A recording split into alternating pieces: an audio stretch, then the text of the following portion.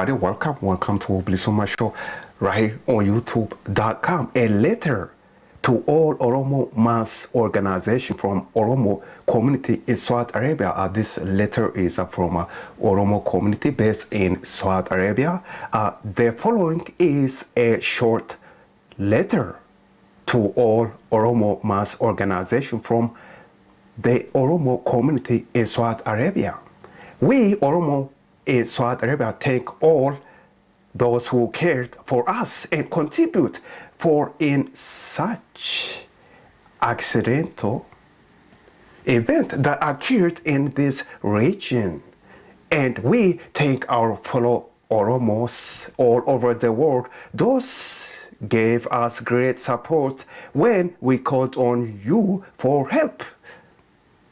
The Oromo in this country is still in danger, so we express our need of all humanitarian aid from Oromo inside or abroad the country, or from all humanitarian aid groups all over the world.